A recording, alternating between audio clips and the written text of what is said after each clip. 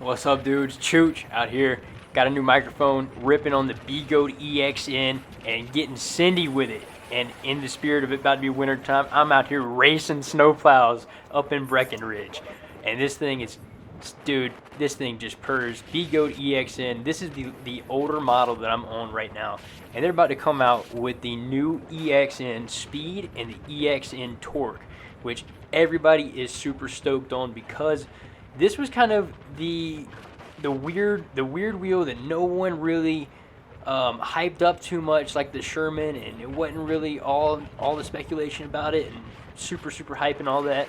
But man, did this thing turn out to be one hell of a unicycle, man. This thing is just incredible.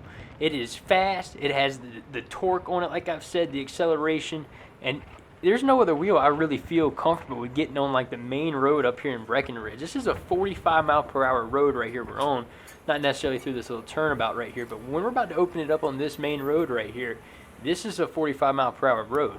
And as you know, people go about 10 miles an hour over the speed limit in the United States. And then just watch this thing crank through traffic right here. This is no joke. This thing accelerates way faster than a 50cc moped, and it really is something else, guys. Look at, I get a little bit of wobbles in there, get a little bit of shaky, but it is a blast, dude. It is so much fun. This wheel, it rips, dude. You just see that. I got it calibrated just a little bit back. That's why I'm always putting that hand out front, and it seems like it is angled back a little bit, and that is just the way I like to ride this wheel. I don't know what it is about it.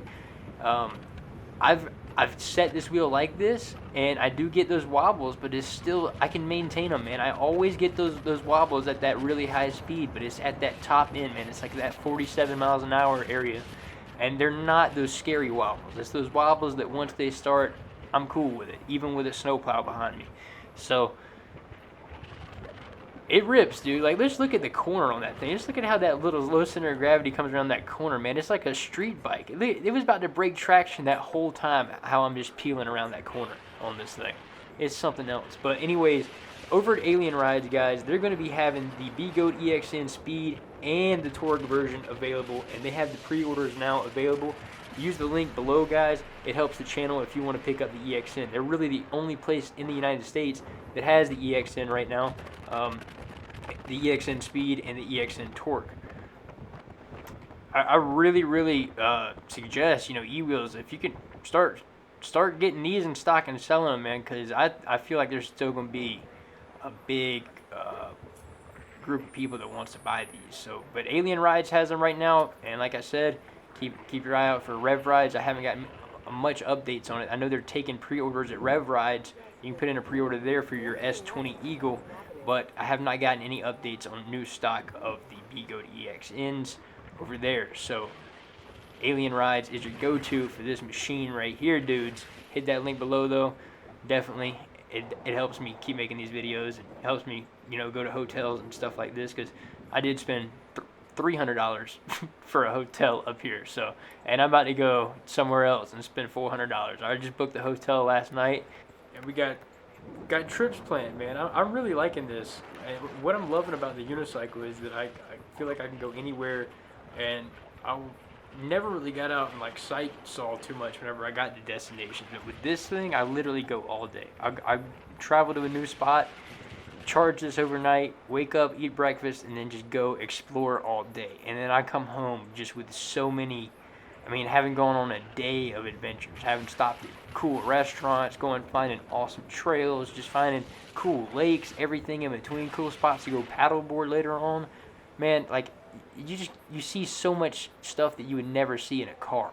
Like, living in a car just puts you in this box, man, of just literally in a box where you just go from point A to point B, and you never really take a minute to stop and, check out anything or take a different path. Look at that line right there. See, I saw those people walking, and I was like, okay, so they're on the sidewalk, so I'm going to go up here. That was just a clean little line right there. That right there comes from racing dirt bikes in the woods right there for sure, because you're always looking for lines, man. That's how you pass people, because it's single trail most of the spots, and so you look for lines like that. I know that's a kind of a broad one right there, but just little things like that, and that's a lot of fun to do while you're out cruising around and looking for easy ways like that to get around. So your main thing with these unicycles, man, if I can stress it enough, Whenever I first started riding, I was one of those that, you know, I'd be on the sidewalk behind people and just try to go meet behind them or whatever. Hey, you know, I'm trying to get by you on the sidewalk, whatever.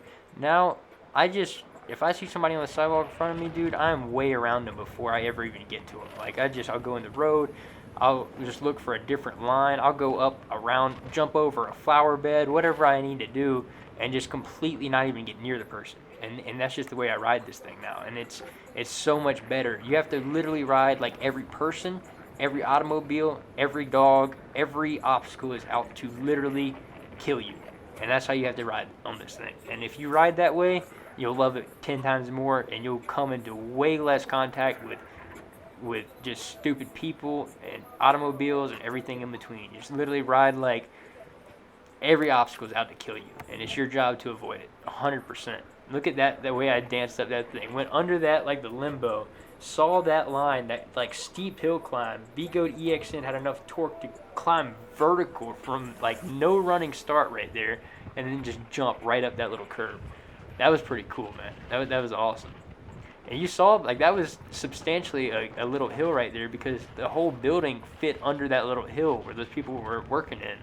So that V-Goat just climbed up like 15 feet vertical just instantly like that.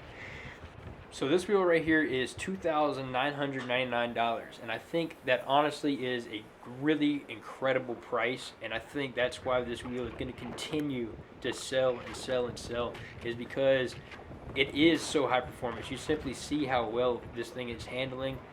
I get incredible range on it. I can go as fast as I want to in any situation I want to, brake as hard as I want to, and ride for as long as I want to, and it's $3,000.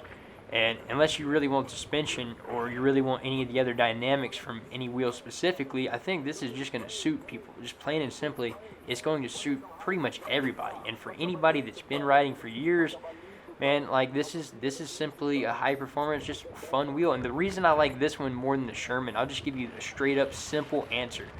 I feel like if I crash this wheel, it will do a lot less damage to it. I feel like, just straight up, man, like if I go down on this wheel, it will do a lot less damage to this wheel than if I went down on my Sherman. And I simply say that because, like, I know the Sherman has the roll bar, everything like that, but dude, the Sherman is just heavy, dude. For an electric unicycle, for this style of machine, that Sherman just bumps it a little bit higher to just being so much heavier, man, to where if that thing hits the ground at 50 miles an hour, that thing is just going to like fly apart, I feel like.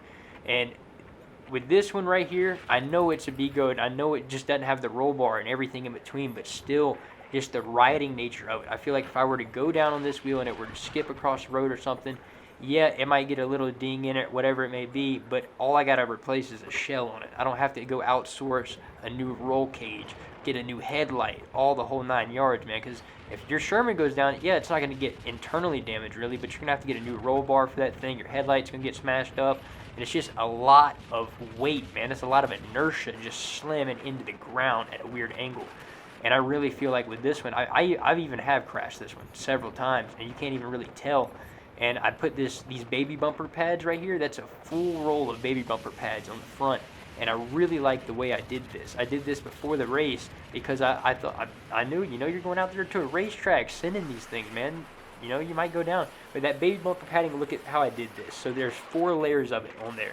And the way I did that is just literally using hot glue behind it. Get a big hot glue gun, and you can use the 3M padding tape that it comes with, but I just get a full roll of that stuff, and I just hot glued it layer by layer on the front until I built it up. And then I'll actually put the link to my Amazon store below, and I'll have the baby bumper padding and some DIY stuff you can use to customize your wheel link below.